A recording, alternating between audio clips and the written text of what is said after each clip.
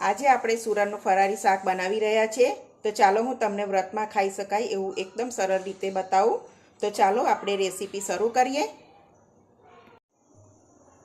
હાલો friends, તો સુરણ આપણે છોલીને સમારી લઈશું।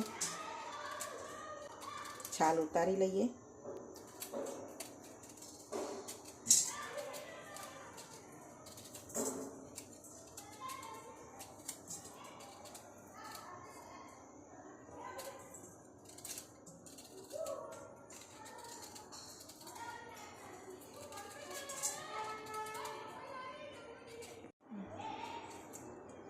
તો હવે આપણે સુરણ છોલાઈ ગયું છે।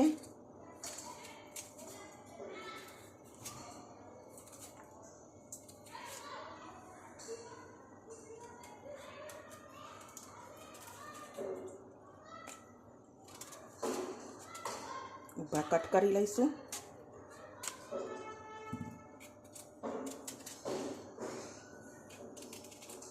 સુરણની છાલ જાડી હોય એટલે વાર લાગે।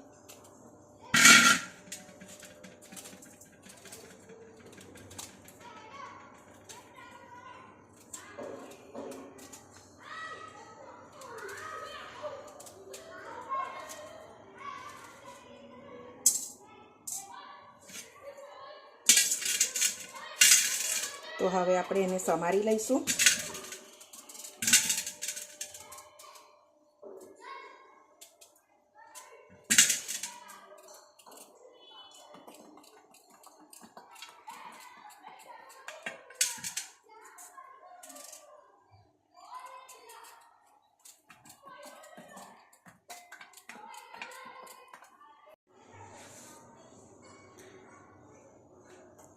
સુરણ સમારાઈ ગયું છે। તો હવે એને મીઠું નાખીને મચેડી લેવાનું હાથથી।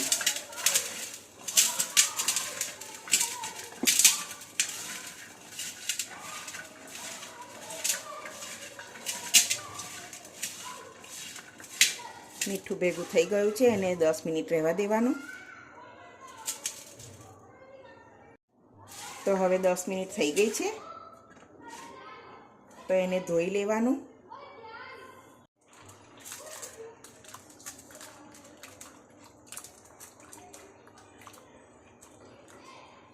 તો હવે આપણે સુરણ ધોઈ લીધું।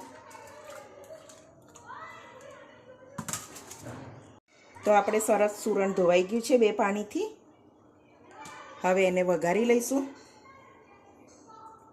તો હવે આપણે એને વઘારી લઈશું।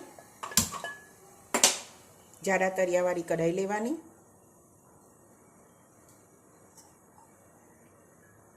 હું અહીંયા 4 ટેબલ સ્પૂન તેલ લઉં છું।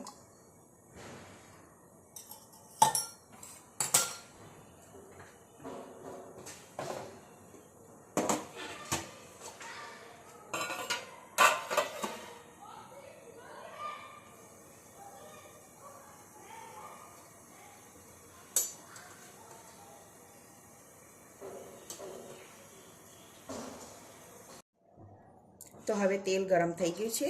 હું અહીંયા જીરું નાખું છું। હું અત્યારે ફરાળી બનાવી રહી છું। સિંગદાણા લઉં છું।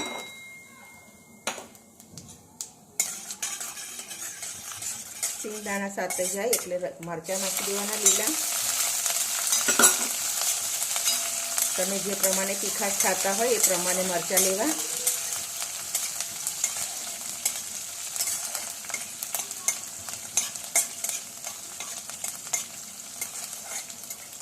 હવે હું એમાં સુરણ ઉમેરી દઈશ।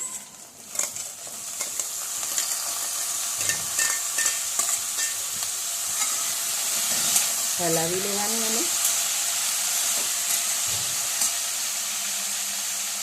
સ્વાદ પ્રમાણે મીઠું નાખવાનું સિંધવ।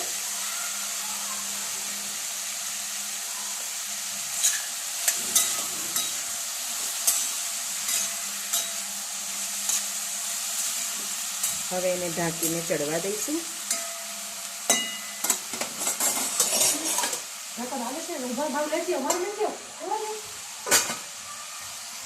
તો હવે થોડું પાણી ઉમેરી દઈશું એમાં। હવે હલાવી દઈએ।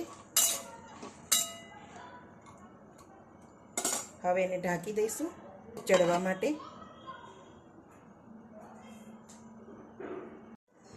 તો આપણે હવે એને ઢાંકીને ધીમા ગેસે ચડવા દઈશું. તો ફ્રેન્ડ્સ, આપણું શાક થઈ ગયું છે.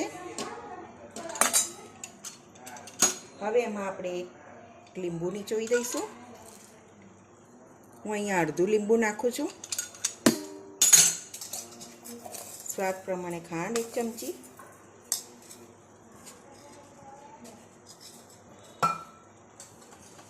હું અહીંયા 1 ચમચી લાલ મરચું ઉમેરી રહી છું. 1 ટેબલ સ્પૂન ધાણા જીરું.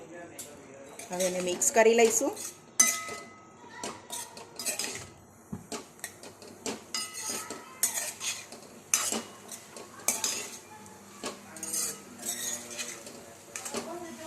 સરસ બની ગયું છે શાક.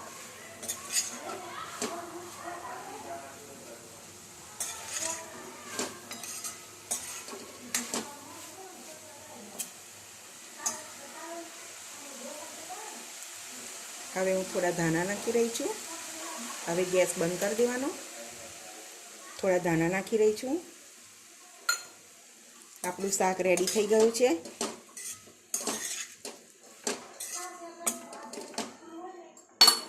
હવે એને એક બાઉલમાં સર્વ કરી લઈશું.